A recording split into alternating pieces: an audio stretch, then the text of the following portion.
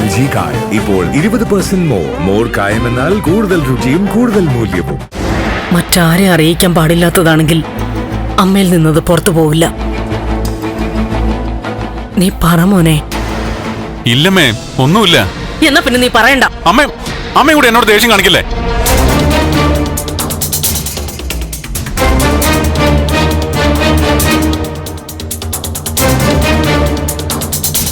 അമ്മയും കൂടെ ദേഷ്യം കാണിക്കരുതെന്ന് വെച്ചാ മറ്റാരെങ്കിലും ദേഷ്യം കാണിക്കുന്നു എന്നാണോ?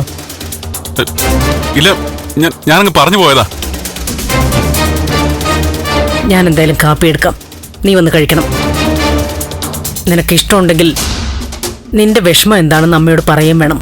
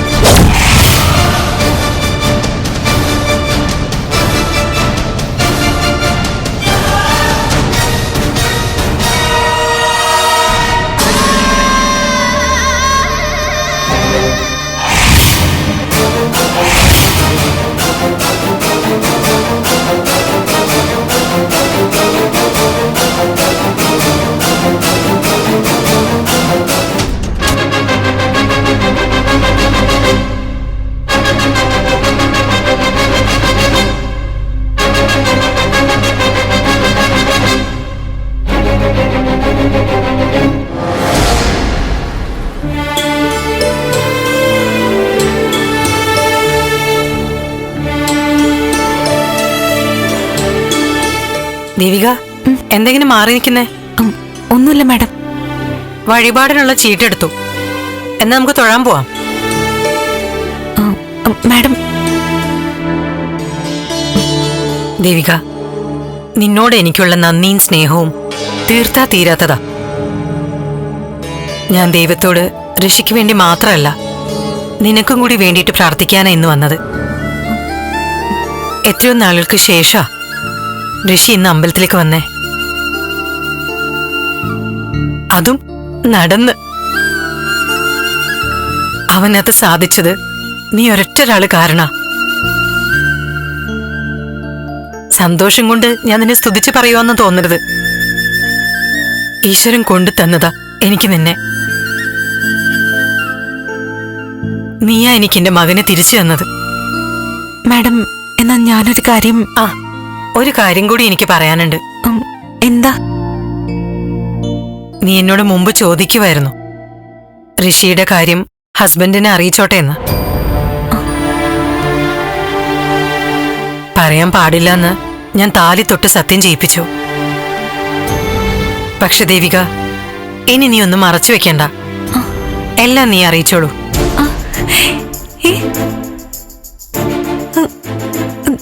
സത്യമാണോ മാഡം പറയുന്നേ?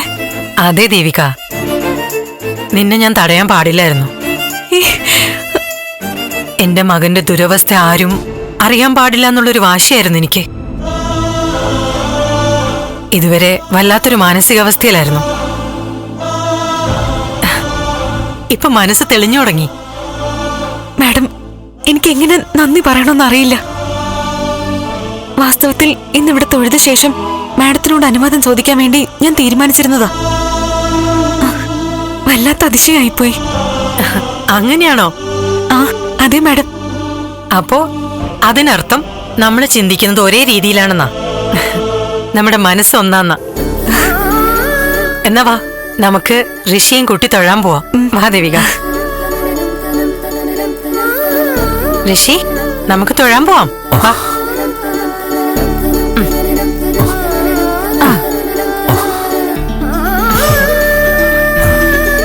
നടക്ക്. സൂക്ഷിച്ച്.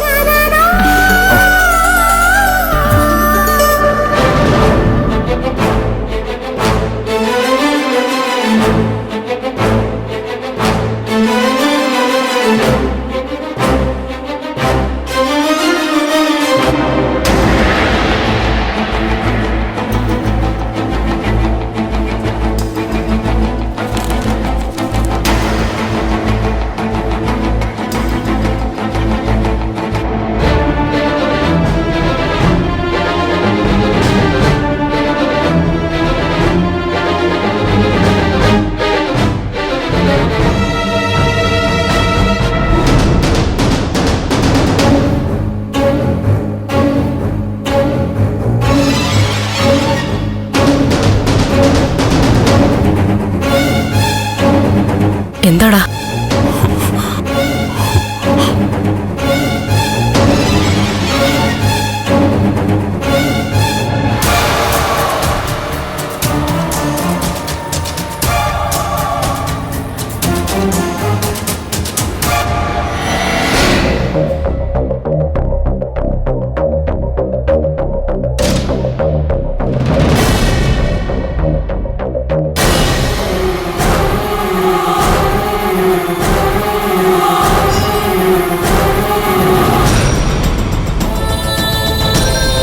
നന്ദ,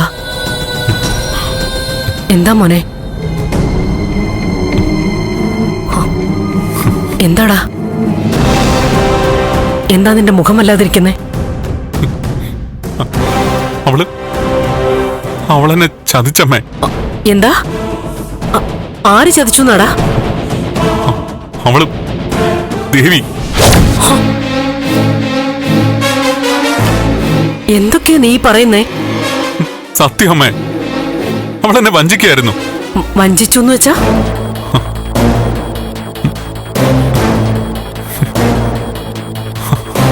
നന്ദ, എന്താടാ? അമ്മയോട് എനിക്കിത് പറയാൻ മടിയുണ്ട്. ഇല്ല, എനിക്കറിയണം.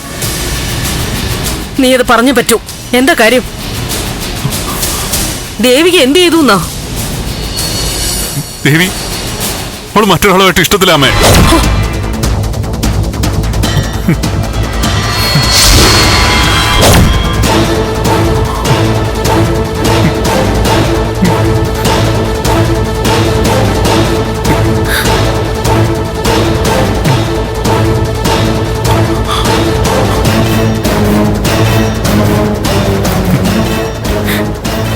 കുറെ ദിവസമായിട്ട് ഞാനൊക്കെ മനസ്സിലൊതുക്കി നടക്കായിരുന്നു. അമ്മ ചോദിക്കാറില്ലായിരുന്നോ ഞങ്ങൾ തമ്മിൽ എന്താ പ്രശ്നമെന്ന്? ഇതായിരുന്നു അമ്മ പ്രശ്നം.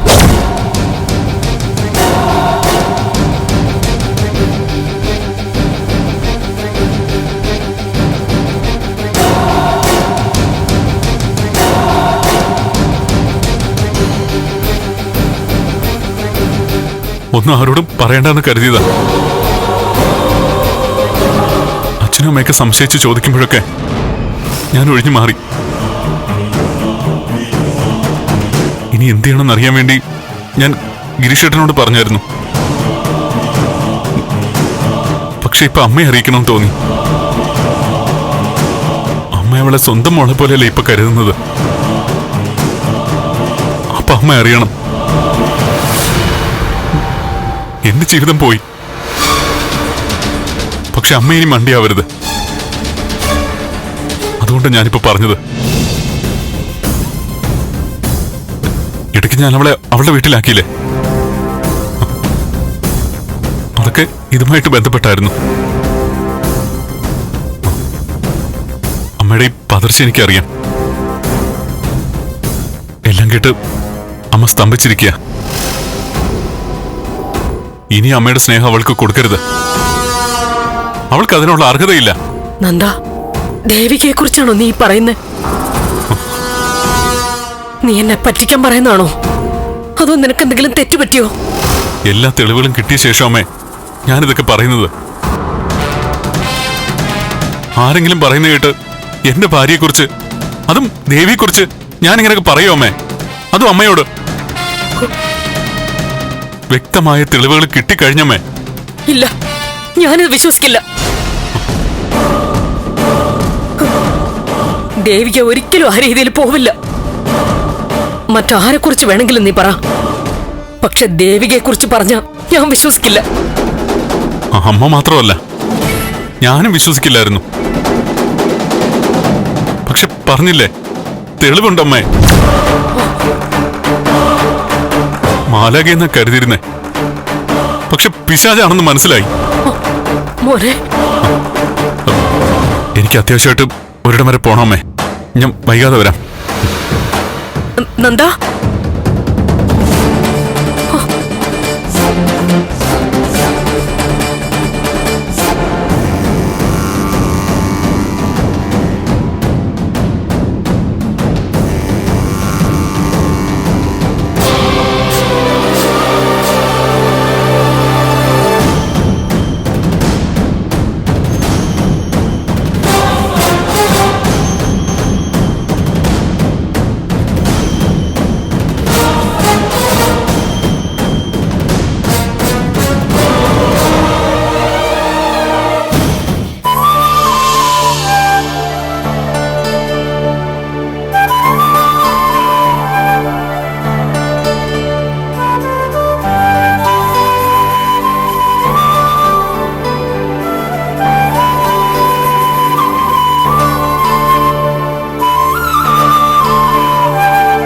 ദേവിയോട് നന്നായിട്ട് പ്രാർത്ഥിച്ചോ.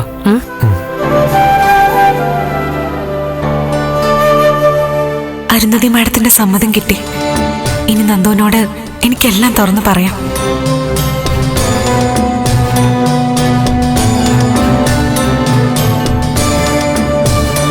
ദേവി, എന്റെ ഋഷിയുടെ സന്തോഷം എന്നും നിലനിർത്തണേ.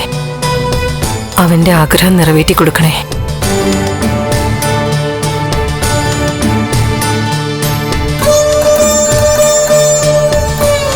എന്റെ ലീ എന്നോടൊപ്പം ഉണ്ടാവണേ ദേവി.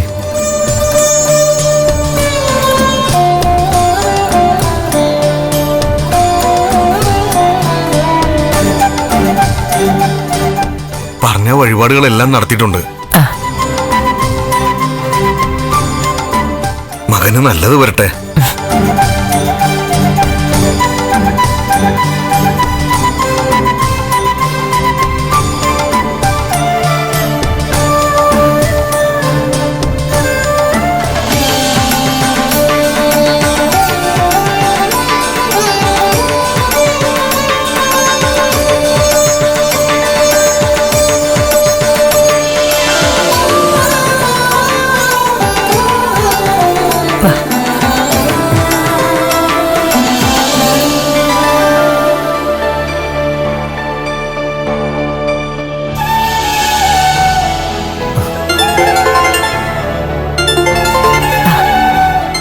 നിങ്ങൾ അങ്ങോട്ടിരുന്നോ.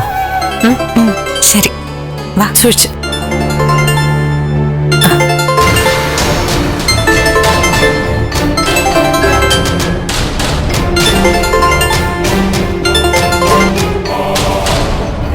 ഹലോ ത്യാഗരാജ. മാഡം അമ്പലത്തിൽ നിന്ന് ഇറങ്ങിയോ? ഇല്ല, കുറച്ച് കഴിയും. അല്ല, ഞാനിവിടെ അടുത്തുണ്ട്, പാർട്ടി ഓഫീസിൽ. ഞാൻ കുറച്ച് കഴിഞ്ഞ് ഫ്രീ ആവും. ഓ, എന്നാ ഞാൻ അവിടെ അമ്പലത്തിലോട്ട് വരാം.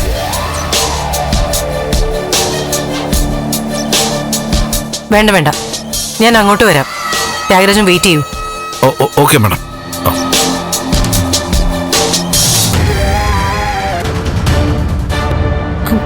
എന്താ ഋഷി, ഇരിക്കണോ? ആ, വാ, നമുക്ക് അവിടെ ഇരിക്കാം. ദേവിക, എനിക്കൊരാളെ മീറ്റ് ചെയ്യണം. ഇവിടെ അടുത്ത് തന്നെയാ. മാഡം, ഉടനെ വരാം. ദാ പ്രസാദം പിടിച്ചു. ഋഷി, അമ്മ പെട്ടെന്ന് വരാം. ലീ, വാ.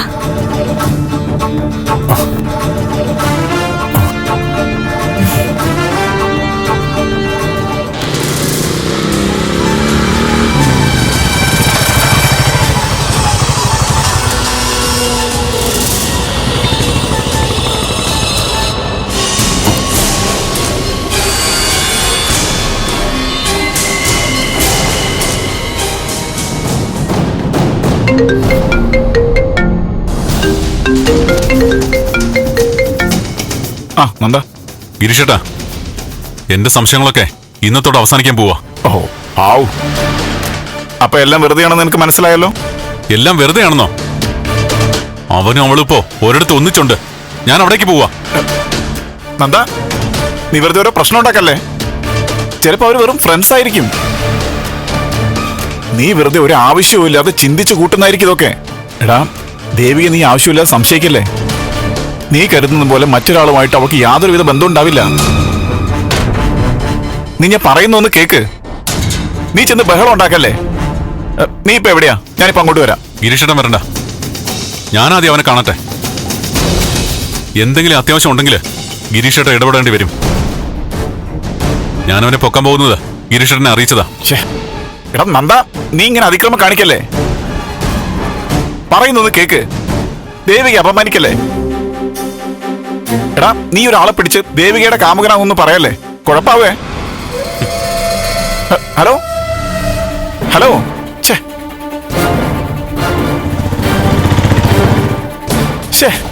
ഇതൊരു കഷ്ടമാ.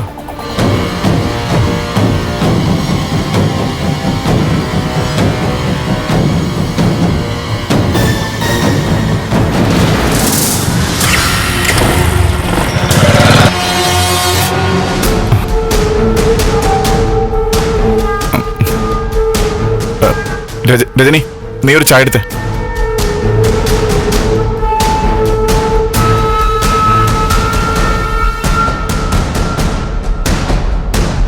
എന്തൊക്കെയാ ഇവിടെ നടക്കുന്നത്? എന്ത്? ഒന്നുമില്ല. നന്ദനോടല്ലേ ഗിരി സംസാരിച്ച? നന്ദനോട് തന്നെ. അത് അവന്റെ ജോലിക്കാരിയാ. അല്ല, ഞാനൊരു ചായ എടുക്കാൻ പറഞ്ഞ കേട്ടില്ലേ. നീ ചെല്ല്. ഗിരി, പോവാൻ പറ്റില്ല. എനിക്കറിയണം. എന്തറിയണമെന്നാ നീ പറയുന്നത്? ആരാ ദേവികയുടെ കാമുകൻ? നീ എന്തൊക്കെയാ പറയുന്നത്? ഗിരി, എന്താന്ന് പറഞ്ഞേ പറ്റൂ. കുറെ ദിവസമായിട്ട് ഞാനും ഒക്കെ ശ്രദ്ധിക്കുന്നു. അവരുടെ പിണക്കം എന്തോ കുഞ്ഞു തർക്കം എന്നാ കരുതിയേ. അതിലിടപെട്ട് സംസാരിച്ചെങ്കിലും ഇങ്ങനെയൊന്നും ചിന്തിച്ചിരുന്നില്ല. എന്തോ ഒരു വലിയ കുഴപ്പം അവരുടെ ഇടയിൽ വന്നു എന്ന് മനസ്സിലായി. അതറിയണം. രജനി, നന്ദൻ ഓരോ വിഡ്ഢിത്തരങ്ങൾ പറയാ. ആയിക്കോട്ടെ, ആ വിഡ്ഢിത്തരങ്ങൾ എന്താണെന്നൊന്ന് അറിയട്ടെ. പറഞ്ഞേ പറ്റൂ ഗിരി. അല്ലെങ്കിൽ ഞാനിപ്പോ വീട്ടിൽ പോവും. അമ്മയോടും അച്ഛനോടും കാര്യങ്ങൾ പറയും. ദേവികയും വിളിച്ചു വരുത്തും. എന്റെ കുടുംബത്തിൽ നടക്കുന്നത് എന്താന്ന് എനിക്ക് അറിഞ്ഞേ പറ്റൂ. രജനി, ഞാൻ പറയാം. അതെ, ദേവിക പോലും നന്ദന്റെ സംശയം അറിഞ്ഞിട്ടില്ല. ഞാൻ ആരോടും പറയില്ല. എന്റെ മനസ്സിലിരിക്കൂ. ഗിരി പറ. ദേവികയ്ക്ക് ഒരു ലവറുണ്ടോന്ന് നന്ദനോട് സംശയം. സംശയമല്ല, നന്ദൻ അതങ്ങ് ഉറപ്പിച്ചിരിക്കുക. ഗിരി, ഇന്നിപ്പോ ദേവിക അവരുടെ കാമുകനെന്ന് പറയുന്ന ആളുടെ കൂടെ എവിടെ നിൽക്കുകയാണത്രേ. അവരെ കൈയോടെ പിടിക്കാൻ നന്ദ പോയേക്കുവാ.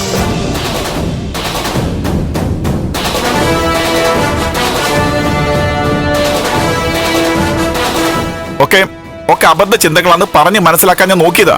പക്ഷെ അവന്റെ തലേ കയറണ്ടേ. ഈശ്വര, ഞാൻ ഈ കേൾക്കുന്നതൊക്കെ സത്യമാണോ? എന്താ ഇത് ഗിരി? എന്തൊക്കെയാ നടക്കുന്നത്? അവനത് പറ്റി? ദേവികയെ കുറിച്ച് ഇങ്ങനെയൊക്കെ? നീ സമാധാനിക്കേ, നമുക്ക് പരിഹാരം ഉണ്ടാക്കാം.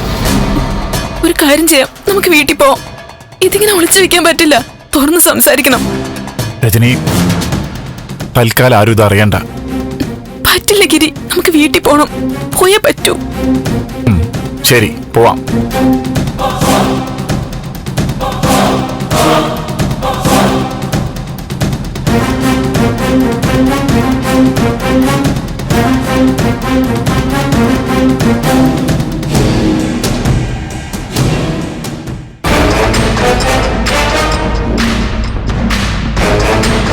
മാഡം, ദേവികയുടെ കാര്യത്തെക്കുറിച്ച് സംസാരിക്കാനാണ് ഞാൻ വന്നത്.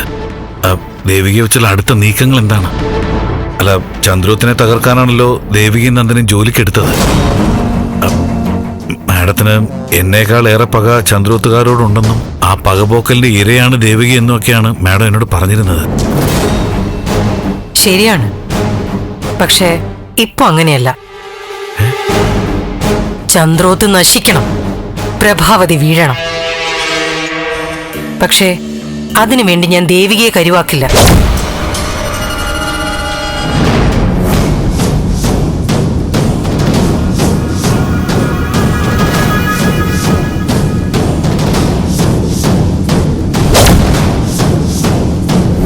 LG കായം ഇപ്പോൾ 20% മോർ കായം എന്നാൽ കൂടുതൽ രുചിയും കൂടുതൽ മൂല്യവും.